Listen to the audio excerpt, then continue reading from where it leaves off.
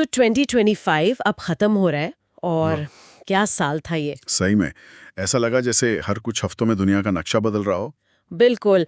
एक तरफ जियोपॉलिटिकल तनाव, बाजारों में रिकॉर्ड तोड़ उतार चढ़ाव, मतलब हर तरफ उथल पुथल। हाँ, लेकिन इस सारी उथल-पुथल के बीच एक बहुत ही दिलचस्प पैटर्न भी उभर रहा था। कौन सा पैटर्न? यही कि जैसे-जैसे दुनिया की बड़ी ग्लोबल व्यवस्थाएं कमजोर पड़ रही थीं, जमीनी स्तर पर, मतलब लोकल लेवल पर, एक नई तरह की ताकत और एक नया जुझारूपन पैदा हो रहा था। बिल्कुल, और आज हम इसी कहानी को समझने की कोशिश करेंगे। हाँ, मतलब इस साल के इन बिखरे हुए टुकड़ों को जोड़कर एक पूरी तस्वीर बनाने की कोशिश करेंगे कि 2025 ने आने वाले साल के लिए आखिर क्या मंच तैयार किया है। मुझे नजरिया पसंद आया क्योंकि ये साल सच में विरोधाभासों का ही था। एक तरफ दुनिया की पुरानी व्यवस्था, जिसे पैक्स अमेरिकाना कहते हैं, यानी अमेरिकी शांति। हाँ, वो टूटती हुई दिखी। तो दूसरी तरफ इसी बिखराव के बीच भारत जैसे देशों में एक अंदरूनी मजबूती भी देखने को मिली। तो चलिए शुरू करते हैं। चलिए। सबसे पहले उस चीज की बात करते हैं जिसने शायद सबको सबसे ज्यादा परेशान किया, दुनिया भर में चलती खींचतान।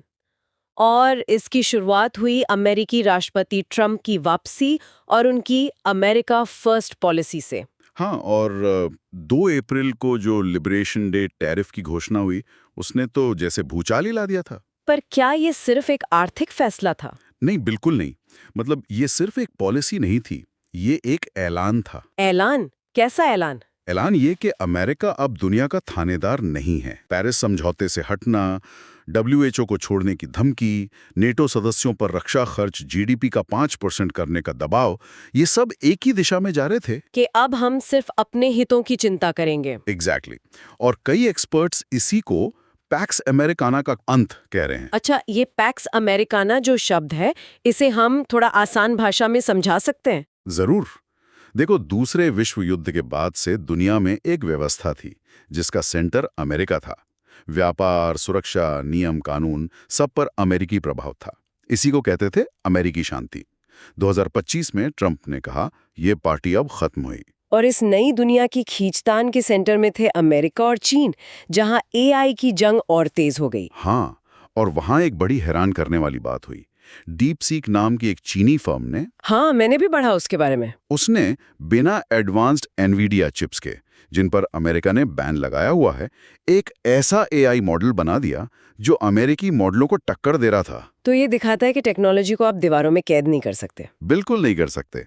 लेकिन चीन ने सिर्फ टेक्नोलॉजी से जवाब नहीं दिया, उसने अपना एक छुपा हुआ हथियार इस्तेमाल किया। वो क्या था? Rare earth minerals. एक मिनट, ये क्या है और ये इतने जरूरी क्यों है? बहुत अच्छा सवाल है।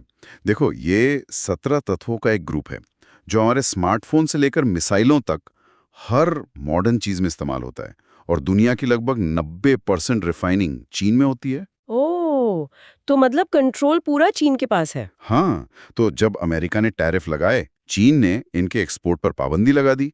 नतीजा ये हुआ कि अमेरिका की हाईटेक इंडस्ट्री में हाहाकार मच गया। तो भविष्य की लड़ाइयाँ सप्लाई चेन के कंट्रोल से लड़ी जाएंगी। सही पकड़ा। लेकिन एक तरफ ये नई लड़ाई थी तो दूसरी तरफ पुरानी लड़ाइयां भी चल रही थी, जैसे यूक्रेन में। हाँ, युद्ध चौथे साल में पहुंच गया, कोई नतीजा नहीं। नतीजा तो नहीं, पर रूस को भारी कीमत चुकानी पड़ रही थी। कुछ रिपोर्ट्स के मुताबिक हर दिन लगभग 1000 सैनिक। और इस बीच यूरोप ने एक बड़ा कदम उठाया। हाँ, अमेरिका के बदलते रुख को देखते हुए यूरोप ने यूक्रेन को $105 बिलियन का एक बड़ा लोन पैकेज देने का वादा किया। एक संकेत था कि अब यूरोप अपनी सुरक्षा की जिम्मेदारी खुद उठाने को तैयार है। और ये तनाव हमारे पड़ोस तक भी आ पहुंचा। मई में कश्मीर में हुए आतंकी हमले के बाद वो पिछले 50 सालों का सबसे बड़ा सैन्य टकराव था भारत और पाकिस्तान के बीच। भारत ने ऑपरेशन सिंदूर लॉन्च किया। वो 3 दिन बहुत तनाव भरे थे, और फिर प्रेसिडेंट ट्रंप ने दावा कर दिया कि ये लड़ाई उन्होंने रुकवाई। अच्छा। हाँ, पाकिस्तान ने तो मान लिया, पर भारत ने साफ मना कर दिया। इससे ट्रंप इतने नाराज हुए कि उन्होंने भारत से आने वाले कई सामानों पर भारी टैरिफ लगा दिए। तो ये दिखाता है कि जब दुनिया के सुपर पावर अपने ही नियमों से खेलने लगे तो दोस्तों के लिए भी मुश्किलें खड़ी हो जाती हैं। बिल्कुल। और मध्य पूर्व में भी आग ठंडी नहीं हुई। गाजा में संघर्ष विराम तो हुआ, पर बहुत नाजुक था। और ईरान पर? हाँ, ईरान के परमाणु ठिकानों पर अमेरिका और इजराइल ने मिलकर ऑपरेशन किया। असल में 2 ऑपरेशन थे, ऑपरेशन राइजिंग लायन और ऑपरेशन मिडनाइट हैमर। दावा तो यह है कि ईरान का परमाणु कार्यक्रम पूरी तरह तबाह हो गया है, लेकिन इसने पूरे क्षेत्र को एक और बड़े युद्ध के मुहाने पर खड़ा कर दिया है। तो ये तो हुई दुनिया में मची उथल-पुथल की बात। अब आते हैं उस सवाल पर जो शायद हर कोई पूछ रहा होगा कि इस सब का हमारी जेब पर क्या असर हुआ? हाँ, मतलब बाजारों का क्या हाल रहा? देखो, यहाँ भी कहानी सीधी नहीं बल्कि विरोधाभासों से भरी है। कैसे? ट्रंप के लिबरेशन डे टैरिफ के बाद दुनिया भर के बाजारों में गिरावट आई, लेकिन साल के अंत में तस्वीर हैरान करने वाली थी। जापान का बाजार 24% और यूरोप का 17% चढ़ा, जबकि अमेरिकी बाजार सिर्फ 14% ही बढ़ पाया। ये तो अजीब है। सबको लगा था कि अमेरिकी पॉलिसी से अमेरिकी बाजार को ही सबसे ज्यादा फायदा होगा। हाँ, लेकिन ऐसा हुआ नहीं।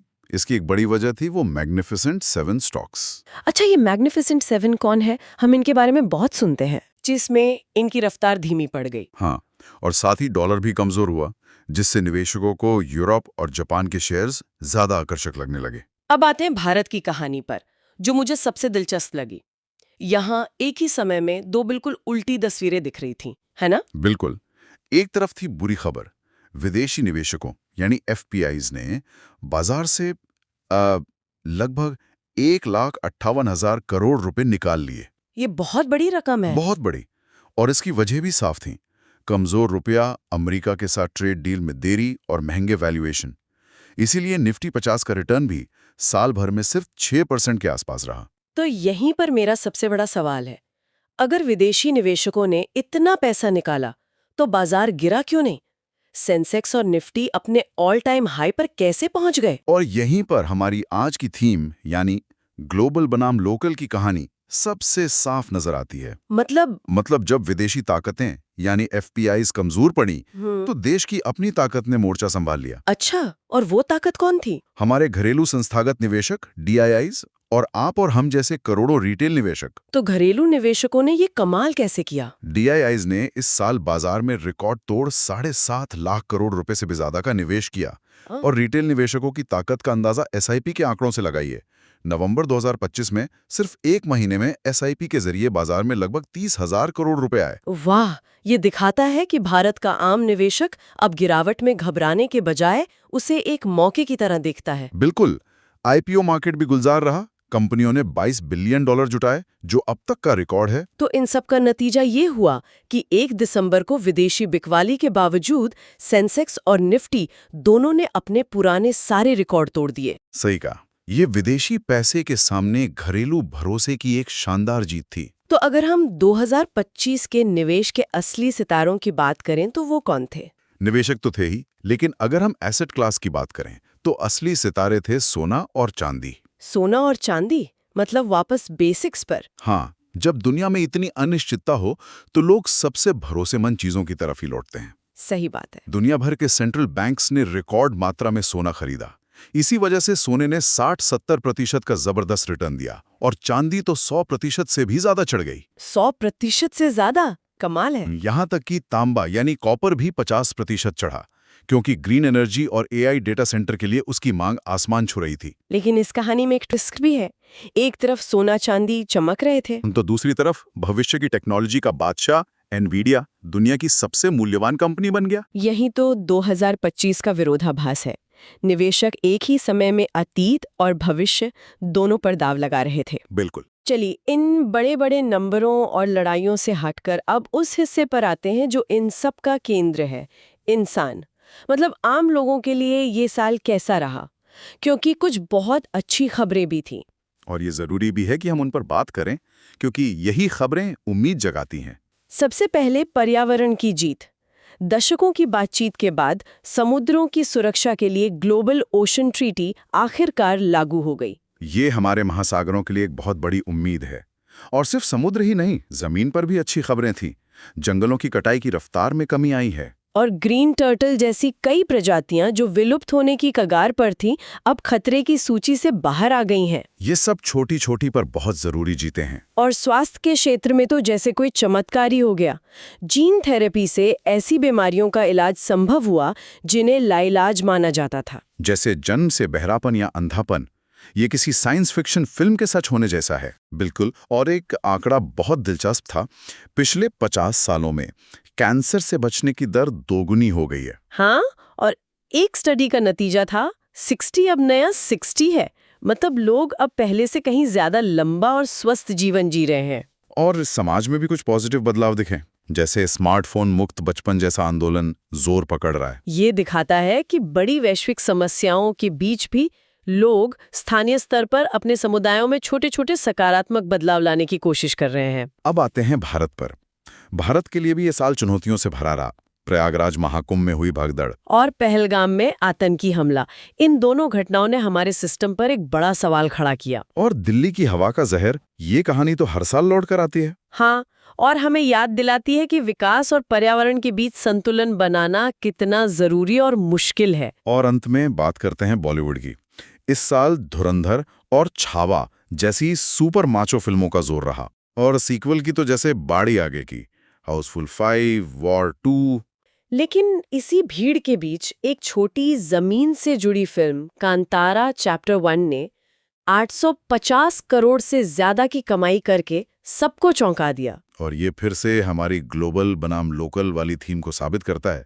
दर्शक भले ही बड़े बजट की ग्लोबल स्टाइल एक्शन फिल्में देखते हों, लेकिन उनका दिल असल में अपनी संस्कृति, अपनी जड़ों से जुड़ी कहानियों के लिए धड़कता है। बिल्कुल, ये बॉलीवुड के लिए एक बहुत बड़ा सबक है। तो 2025 से हम क्या सबक ले सकते हैं? ये टकरावों, विरोधाभासों और सबसे बढ़कर आश्चर्यजनक जुझारूपन का साल था। एक सोर्स में सिंगर जोनी मिशेल के एक गीत का जिक्र था, you don't know what you've got till it's gone. जब तक कोई चीज चली नहीं जाती तब तक हमें उसकी कीमत पता नहीं चलती। हाँ, यह शायद अमेरिकी नेतृत्व वाले एक ध्रुवीय विश्व के बारे में था।